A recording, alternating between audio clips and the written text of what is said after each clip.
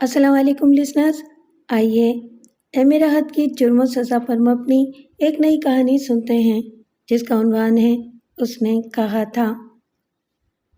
کٹے ہوئے کان کی لو سے خون بہہ رہا تھا۔ کنپٹی کے پاس کافی گہرا زخم تھا جو شکنجہ کسنے کی وجہ سے بن گیا تھا، کیونکہ شکنجے کے گوکھرو کا ایک کونا ٹوٹا ہوا تھا جس کا پہلے سے علم نہیں تھا۔ داہنے ہاتھ کی کٹی ہوئی انگلی کی بینڈیج کھل گئی تھی اور اسے خون رسنے لگا تھا۔ اس کے علاوہ جلے ہوئے نشانات میں سے کچھ نشان پک گئے تھے اور ان میں پیپ پڑ گئی تھی۔ اس حیرت کے ساتھ وہ زمین پر پڑا گہری گہری سانسیں لے رہا تھا اور اس کے گرد کھڑے ہوئے پولیس آفیسر حیران و پریشان تھے۔ ان کی سمجھ میں نہیں آ رہا تھا کہ اب اسے کون سی اذیت دیں۔ کئی منٹ اسی طرح گزر گئے اور پھر اذیت خانے کا دروازہ کھلا اور دو آدمی اندر داخل ہو گئے۔ ان میں ایک ڈاکٹر تھا اور دوسرا وہ جو اسے بلانے گیا تھا۔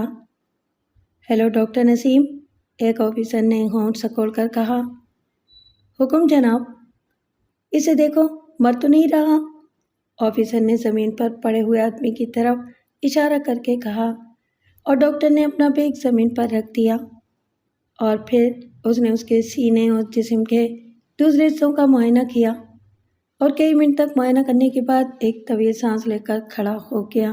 غیر معمولی طور پر طاقتور انسان ہے جناب، ورنہ اس پوزیشن میں اسے 2-4 گھڑی کا مہمان ہونا چاہیے تھا۔ گویا موت کا امکان نہیں ہے؟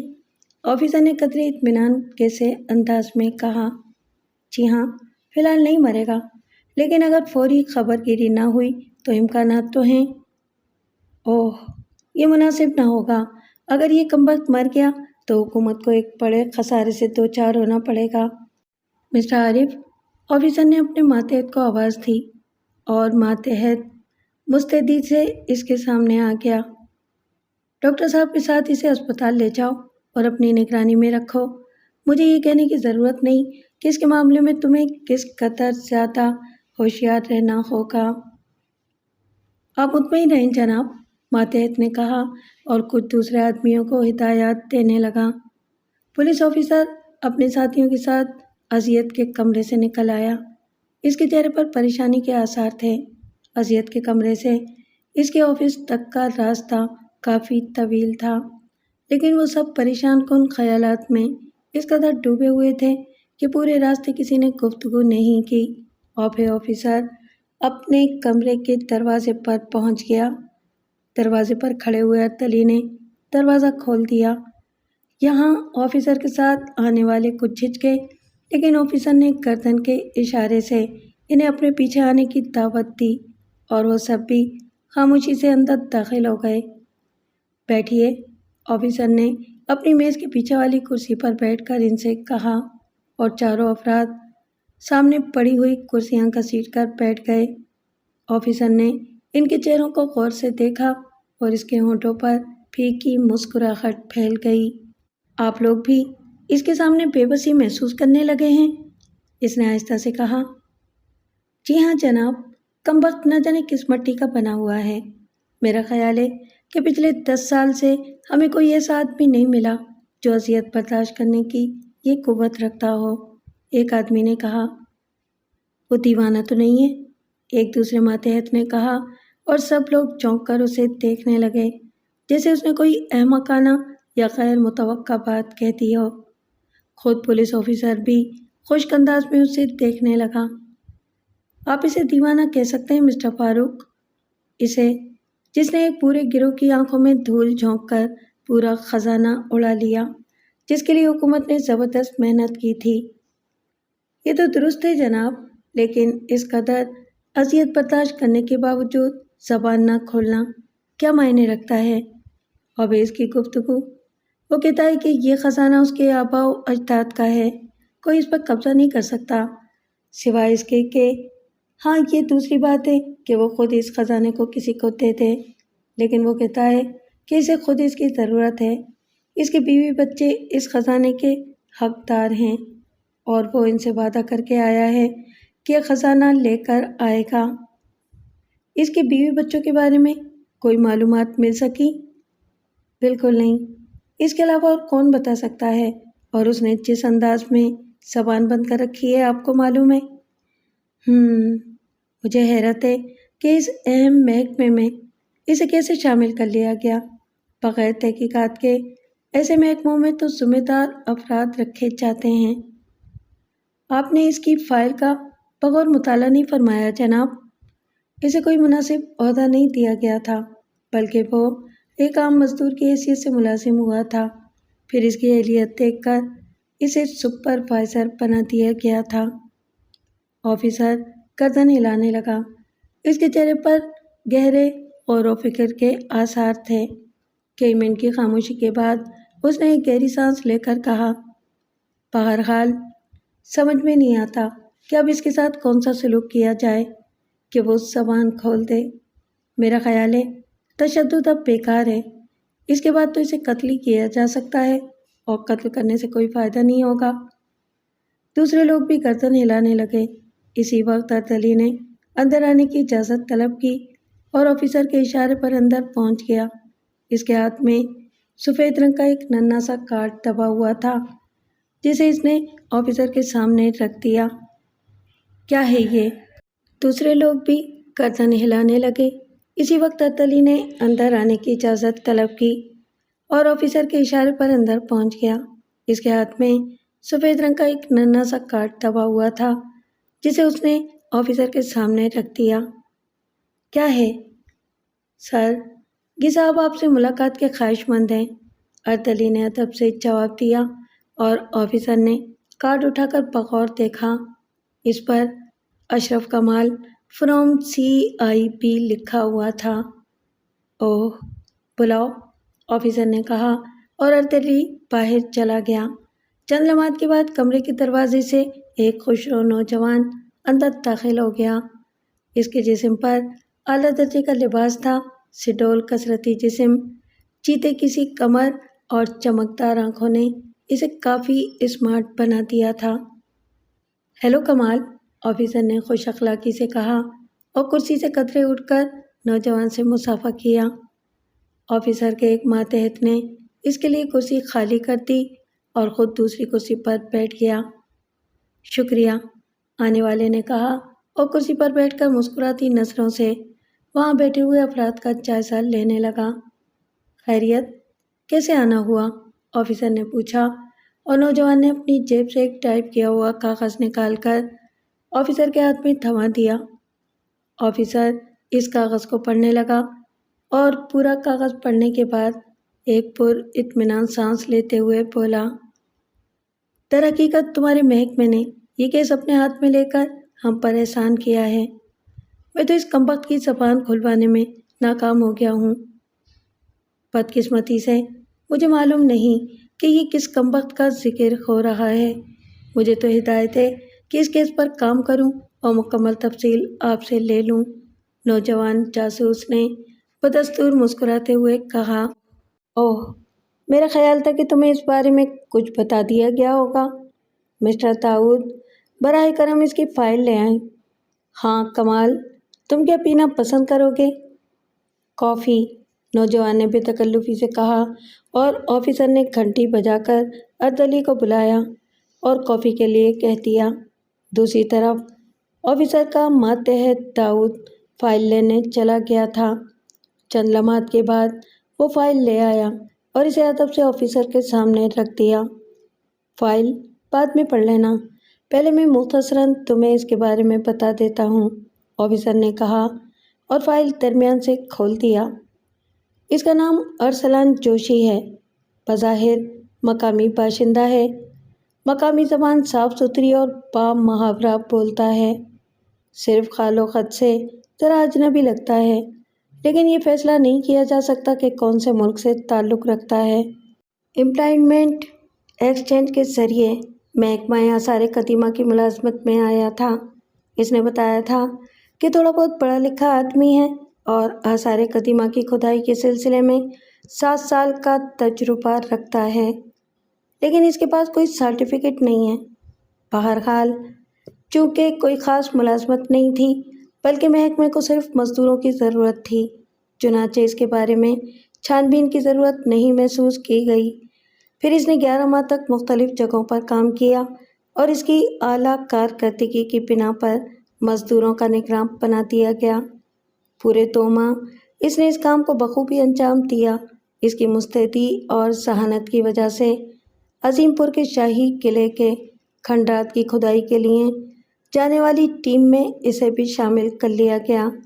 حسب معمول اس نے اس کھدائی میں پورے جوش و خروش سے حصہ لیا۔ ٹیم کو خزانے کی تلاش تھی جو کئی شہنشاہوں نے نہایت حفاظت سے اس قلعے میں محفوظ کیا تھا اور جس کے بارے میں دستاویزات حکومت کے خزانے میں ایک قیمتی امانت تھیں۔ بہرحال کھدائی جاری رہی اور ماہرین نے دن رات جاں فشانی کر کے آخر خزانہ حاصل کر لیا۔ یہ خزانہ صرف ہیروں پر مشتمل تھا اور مسٹر کمال ان ہیروں کی جو فہرست مرتب کی گئی ہے اگر وہ درست ہے تو بلا شبہ اس خزانے کے حصول کے بعد ہمارے ملک کی معیشت مستحکم ترین ہو جاتی ہے۔ ہمارے سکے کی قیمت بڑھ جائے گی۔ ان ہیروں میں ایسے ہیرے موجود تھے جو دنیا کے مشہور ترین ہیروں سے قیمتی اور بڑے تھے۔ خزانہ نکال لیا گیا اور ماہرین نے فوری طور پر حکومت سے مدد طلب کی تاکہ مسلح محافظین کی نگرانی میں خزانہ دارالحکومت لے آیا جائے۔ لیکن اسی رات ارسلان جوشی پارٹی کے بورڈ کے خیمے میں گیا اور اس نے کہا کہ وہ خزانہ اس کا ہے، یہ اس کے آباء و اجداد نے اس کے لیے محفوظ کیا تھا اور وہی اس کا مالک ہے۔ اس کے علاوہ اس خزانے کا حقدار اور کوئی نہیں اور وہ ایک دور دراز سفر کر کے صرف اسی خزانے کے حصول کے لیے آیا ہے۔ اس نے کہا کہ اس کے بیوی بچوں کو اس خزانے کی اشد ضرورت ہے کیونکہ وہ اس کی ملکیت ہے اور کوئی شخص اسے اس کی مرضی کے بغیر حاصل نہیں کر سکتا۔ ہاں، یہ دوسری بات ہے کہ وہ خود اس میں سے کچھ حصہ دوسرے کو دیتے۔ اس نے پیشکش کی کہ اگر حکومت بھی خزانہ اس کے حوالے کرنے پر تیار ہو جائے تو اس کا کچھ حصہ حکومت کو دے سکتا ہے۔ پارٹی لیڈر سمجھا کہ وہ شراب کے نشے میں بکواس کر رہا ہے یا پھر خزانہ دیکھ کر اس کا دماغ خراب ہو گیا ہے۔ چنانچہ اس نے حقارت سے ارسلان جوشی کی بات ٹال دی اور نتیجے میں اسے اپنی جان سے ہاتھ دھونے پڑے۔ ارسلان جوشی نے اسے گردن دبا کر مار ڈالا۔ وہ ایک بے حد طاقتور انسان ہے، پھر اسے خزانہ لے جانے سے کوئی نہ روک سکا۔ اس نے خزانے کے محافظوں کو قتل کیا اور ایک گھوڑے پر خزانے کا باکس رکھ کر لے اڑا۔ بہرحال حکومت کو اسی وقت اطلاع مل گئی اور پورے ملک کی سرحدیں بند کر دی گئیں۔ ایک بھی آدمی ملک سے باہر نہیں نکل سکتا تھا۔ ماہر ترین لوگ ارسلان جوشی کی تلاش میں نکل کھڑے ہوئے۔ چونکہ اس نے گھوڑے سے سفر کیا تھا اس لیے زیادہ دور نہ جا سکا اور گھیر لیا گیا۔ وہ آشیبا کے جنگلات میں تھا جن کی طرف عظیم پور سے راستہ جاتا تھا، لیکن کافی دن تک پولیس پارٹی اسے تلاش کرنے میں ناکام رہی۔ پورے 3 ہفتے کے بعد وہ ہاتھ لگا، وہ بھی اس کے گھوڑے نے کام خراب کر دیا، ورنہ وہ کسی رات خاموشی سے سرحد سے نکل گیا ہوتا۔ اس وقت وہ کسی غار میں چھپا ہوا تھا اور پولیس پارٹی اس سے زیادہ دور نہ تھی۔ گھوڑا بھی غار میں تھا کہ اچانک گھوڑے کے پیروں کے پاس کوئی جانور آ گیا اور گھوڑا رسی توڑا کر غار سے نکل بھاگا۔ بس یہی واقعہ ارسلان کی گرفتاری کا سبب بن گیا۔ پولیس نے غار گھیر لیا لیکن انتہائی کوشش کے باوجود خزانہ تلاش نہ کیا جا سکا۔ تب ارسلان جوشی سے اس کے بارے میں معلومات حاصل کی جانے لگیں، لیکن اس نے نہایت لاپرواہی سے جواب دیا کہ خزانہ اس کی ملکیت ہے اور اس نے اسے ایسی جگہ چھپا دیا ہے کہ اگر پولیس اور دوسرے افراد پوری زندگی اسے تلاش کرتے رہیں تب بھی نہ پا سکیں۔ ارسلان سے اس کے بارے میں معلومات حاصل کرنے کی کافی کوشش کی گئی اور پھر اس پر اذیتوں کا دور شروع ہوا اور اب اس کا ایک کان غائب ہے، ہاتھ کی انگلی کاٹ دی گئی ہے، جسم کے ہر حصے کو گرم سلاخوں سے داغا گیا ہے، انگلیوں کے ناخن اکھیڑ دیے گئے ہیں، اس کا پورا جسم زخمی ہے، لیکن خزانے کے بارے میں اس سے ایک لفظ بھی معلوم نہیں کیا جا سکا۔ یہ ارسلان جوشی کی مکمل داستان ہے۔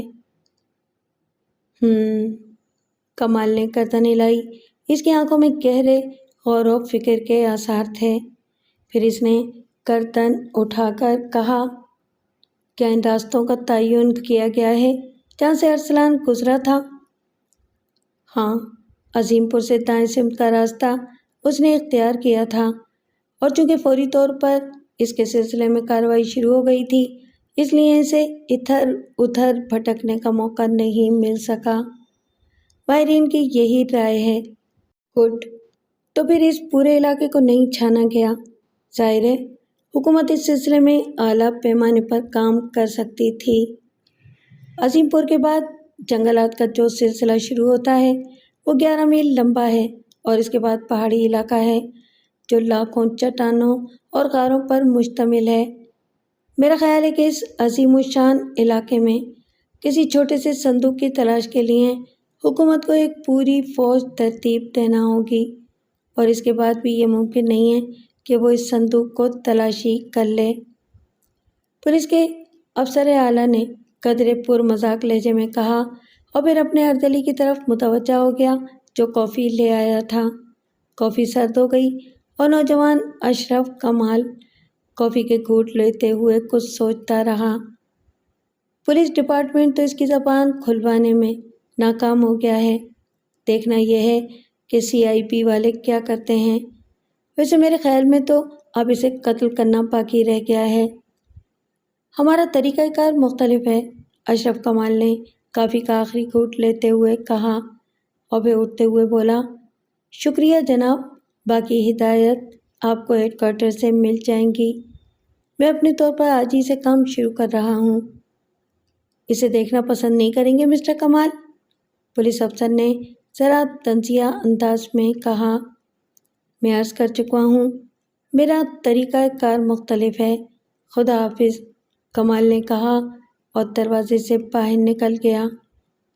ارسلان جوشی پر سرکاری خزانہ غائب کرنے اور 3 افراد کو قتل کرنے کا مقدمہ چلا اور اسے سزائے موت سنا دی گئی، لیکن پھر ایک قومی دن پر سزائے موت کو عمر قید میں تبدیل کر دیا گیا، اور اس طرح وہ موت کی سزا سے بچ گیا۔